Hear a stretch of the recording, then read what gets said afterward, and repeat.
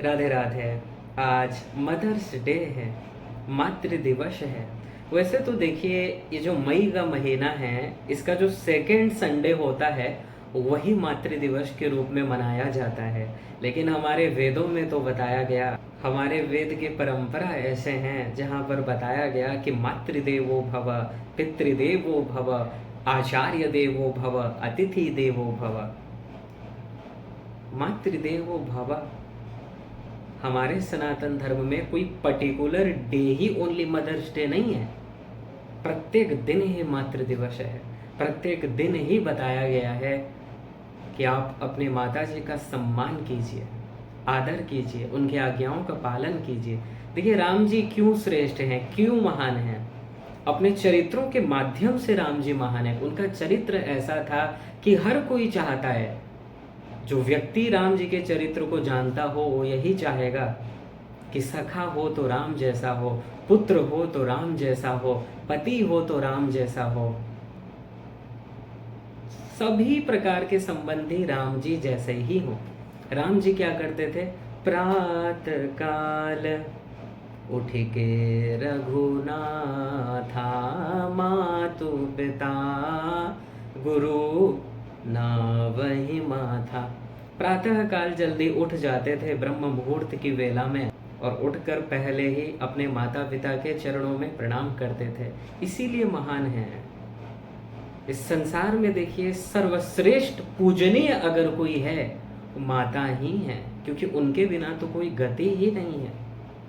एक बालक को जन्म करने वाले माता हैं, उसका पालन पोषण करने वाली माता हैं, और इतना ही नहीं, उसके जीवन को प्रज्वलित करने में भी सबसे अहम भूमिका रहती है माता की, क्योंकि माता पहली गुरु हैं, पहली गुरु। उनके बिना तो गति ही नहीं है। बचपन में याद कीजिए, जब छोटा सा बच्चा होता है, कुछ नहीं जानता, लेकिन अपने माँ के शरणागत रहता है, निश्चिंत हो जाता है अपने माँ के चरणों में। कुछ भी चाहिए बस रो देता है, माँ अपना समझे।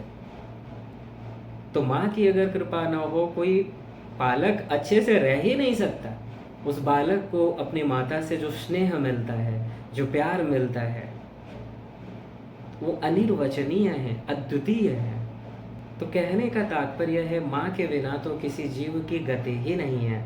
उस जीव को, इस शरीर को जन्म देने वाली माता है। 9 महीने अपने गर्भ में रखती हैं, बहुत दर्द सहन करती हैं।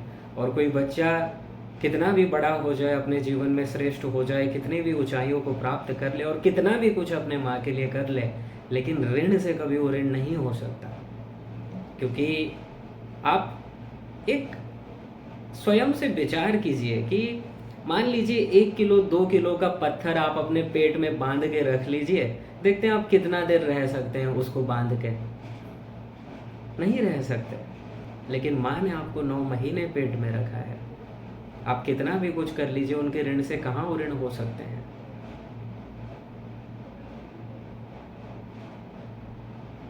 छोटे छोटे बच्चे जब स्तनपान करते हैं, तो उनका जो थोड़ा बहुत छोटा छोटा दांत निकला होता है, उस स्तन को काट देते हैं। माँ को दर्द होता है, लेकिन माँ ने कभी क्रोध नहीं किया।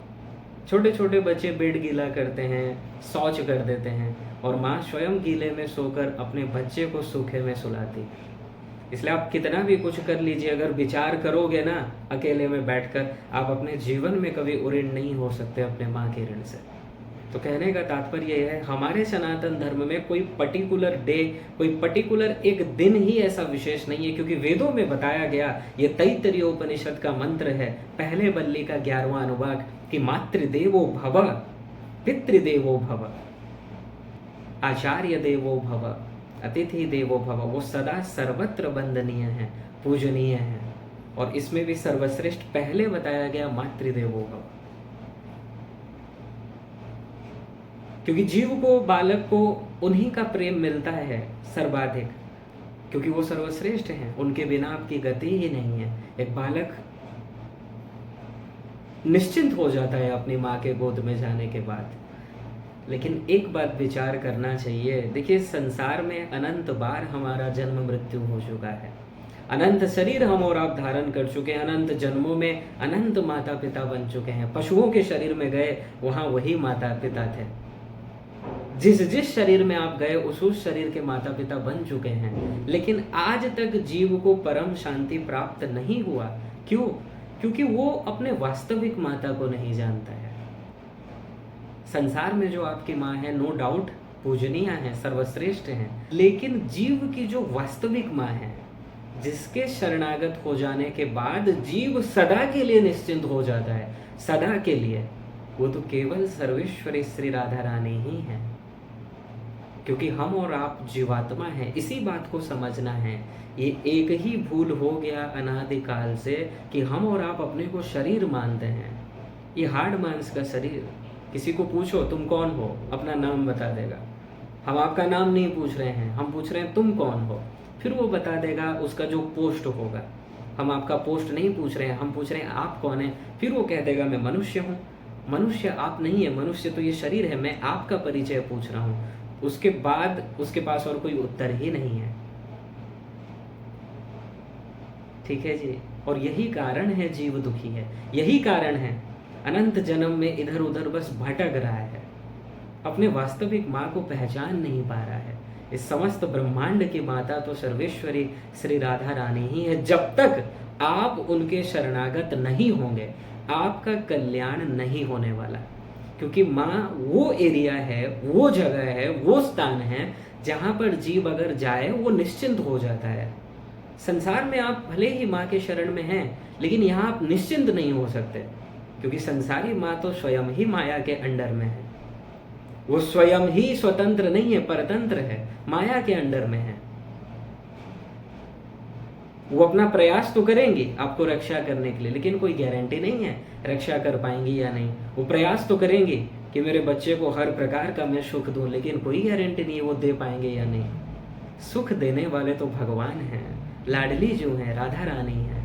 इसलिए अपने वास्तविक माता को पहचानो और उन्हीं के शरणागत हो जाओ। इसका मतलब ये नहीं है कि संसार में जो आपकी माता जी हैं उनका अनादर करो, बिल्कुल नहीं। संसार में आपकी जो माँ है उनकी कृपा से आपको ये शरीर प्राप्त हुआ है। अनादर तो भूल से भी मत कीजिए, क्योंकि वो सर्वश्रेष्ठ हैं। वेदों में स्पष्ट बताया गया है मातृदेवो भव, जीव की प्रथम गुरु माँ है। प्रत्येक व्यक्ति की प्रथम गुरु ही माँ है। अनादर नहीं करना है, उनकी आज्ञाओं का पालन कीजिए, आदर कीजिए, सम्मान कीजिए। ठीक है, अनादर बिल्कुल मत कीजिएगा, अपमान भूल से भी मत कीजिएगा। क्योंकि संसार में जो माँ है उन्होंने आपके लिए बहुत कुछ किया है। 9 महीने आपको गर्भ में रखा है, आपका सब कुछ संभाला है उन्होंने, आपका पालन पोषण किया है। इसलिए उनको कभी भी अपमानित नहीं करना है, अनादर नहीं करना है, लेकिन अटैचमेंट भी नहीं करना है। अटैचमेंट अगर करोगे, वो जिस गुण के होंगे, सत्व गुण, रजोगुण, तमोगुण, 3 प्रकार का गुण होता है। अगर वहां आपका मन चला जाएगा माया में, तो आपको मृत्यु के बाद वही गुण प्राप्त होगा, वही आपका जन्म होगा। और ये गलती नहीं करना है। कर्तव्य का पालन कीजिए, जो एक पुत्र का कर्तव्य है अपने पेरेंट्स के लिए, अपने माता पिता के लिए, जरूर कीजिए। उनकी आज्ञाओं का पालन कीजिए। एक पुत्र का जो कर्तव्य है अपने माता जी के लिए, वो सब कुछ निभाइए, आप निभाना चाहिए। अगर आप पालन नहीं करेंगे आपको दंड मिलेगा, क्योंकि माँ को दुखी नहीं करना चाहिए। सन्यासी भी जब सन्यास लेते हैं ना, माँ के परमिशन से लेते हैं। अगर माँ का परमिशन नहीं, आप नहीं ले सकते सन्यास। जब तक परमिशन नहीं मिलेगा आप सन्यास नहीं ले सकते। वहीं पर घर में रहकर भजन करो। ठीक है, तो माँ बहुत ही महत्वपूर्ण है भाई। अगर किसी को कहा जाए कि माता के महिमा के बारे में लेक्चर दीजिए, कितना भी आप लेक्चर दे दीजिए, वो समाप्त ही नहीं हो सकता। अगर थोड़े से ही शब्द में हम आपको बताएं, जिनके बिना जीवन ही नहीं है, वही आपकी माँ है।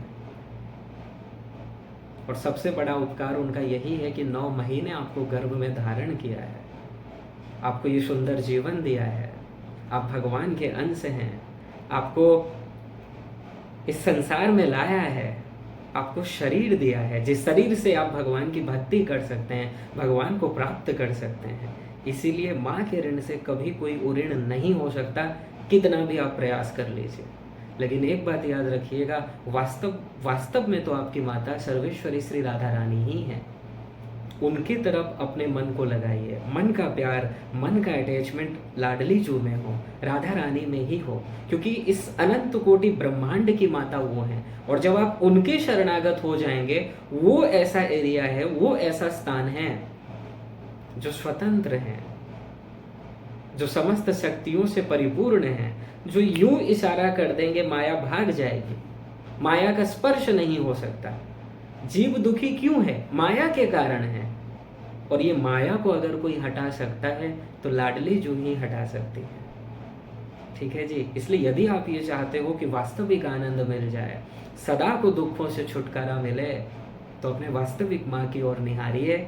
लेकिन संसार में जो आपके माता पिता हैं उनका आदर कीजिए, उनकी आज्ञाओं का पालन कीजिए, लेकिन अटैचमेंट ना हो, मन का आसक्ति ना हो। क्योंकि आसक्ति अगर करोगे, उनमें अगर मन को लगाओगे, वो जिस गुण के होंगे वही गुण आपको नेक्स्ट जन्म में प्राप्त हो जाएगा। आप इस जन्म मरण के चक्कर से नहीं छूटने वाले।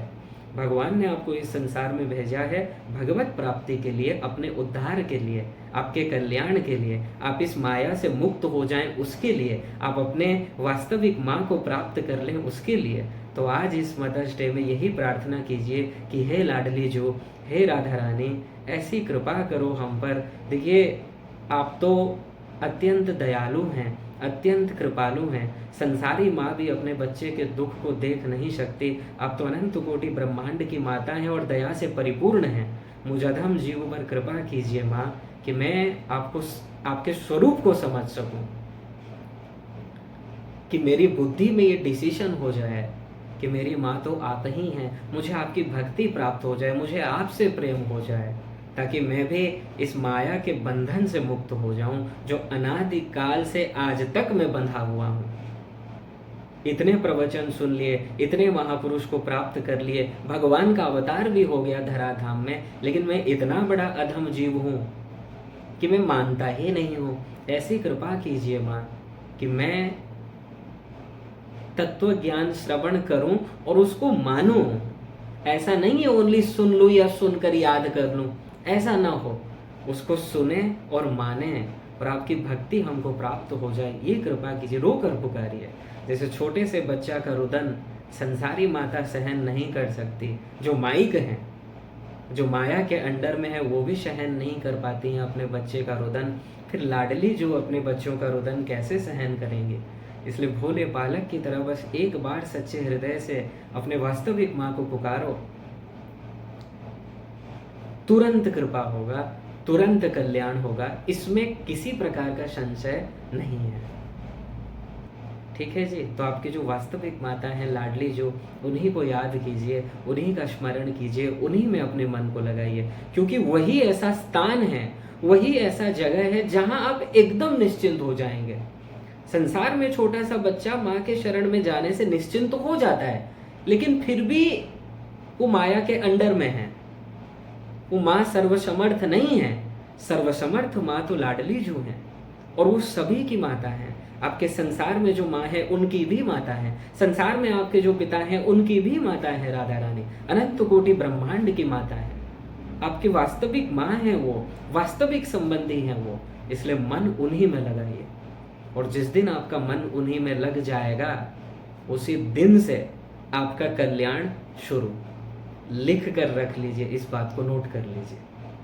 ठीक है जी। एक ही काम करना है, बस भोले बालक की तरह पुकारिए। और कुछ तपस्या, योग, व्रत इनको नहीं मिलते हैं भगवान। भगवान तो भक्ति भाव से ही मिलते हैं, शरणागति से ही मिलते हैं, सरल हृदय से मिलते हैं। जब जीव सरल भाव से बस पुकारे, लाडली जू को याद करे, सीता मैया को याद करे, पार्वती मैया को याद करे, जिनके प्रति भी आपकी श्रद्धा है, वो तो एक ही है, अलग अलग नहीं है, एक ही है। जिनके प्रति भी आपको श्रद्धा हो उनको पुकारें और कहें कि हे लाडली जू, कृपा कीजिए माँ। हम तो, बालक तो, छोटा सा बच्चा अबोध होता है, माँ ही उनको ज्ञान देती हैं, शिक्षा देती हैं, उसको बुद्धिमान बना देती हैं। तो यही पुकारिए, यही प्रार्थना कीजिए कि हे माँ, हम तो अबोध हैं, मूढ़ जीव हैं, कुछ नहीं मालूम हमको, लेकिन आप तो सर्वज्ञ हैं। और कोई माँ ये नहीं चाहेगी कि उसका बच्चा मूढ़ हो। माँ तो यही चाहेगी मेरा बच्चा को सब कुछ ज्ञान प्राप्त हो जाए, मेरा बच्चा क्लास में टॉप करे। तो आप ये कहिए राधा रानी से कि हे माँ, हम पर भी आप ऐसी कृपा कीजिए कि हम भी इस माया के जो ये संसार है इससे पार हो जाएं, इस भवसागर से पार हो जाएं और आपको सदा के लिए प्राप्त कर लें। जब जीव सच्चे हृदय से इस बात को कहेगा, निश्चित रूप से देखिएगा कृपा होगी, आप स्वयं देखेंगे, इसमें किसी प्रकार का संशय नहीं है जी। बोलिए लाडली लाल की जय, सर्वेश्वरी श्री राधा रानी की जय। जय जय श्री राधे। एक बार आप सभी को पुनः इस मदर्स डे के शुभ अवसर पर बहुत बहुत हार्दिक शुभकामनाएं। और याद रखिएगा जो हमने कहा है, और यही बात बस राधा रानी से कहिएगा, पुकारिएगा मन ही मन, भोले बालक की तरह पुकारिएगा, निश्चिंत रूप से कृपा होगी। राधे राधे।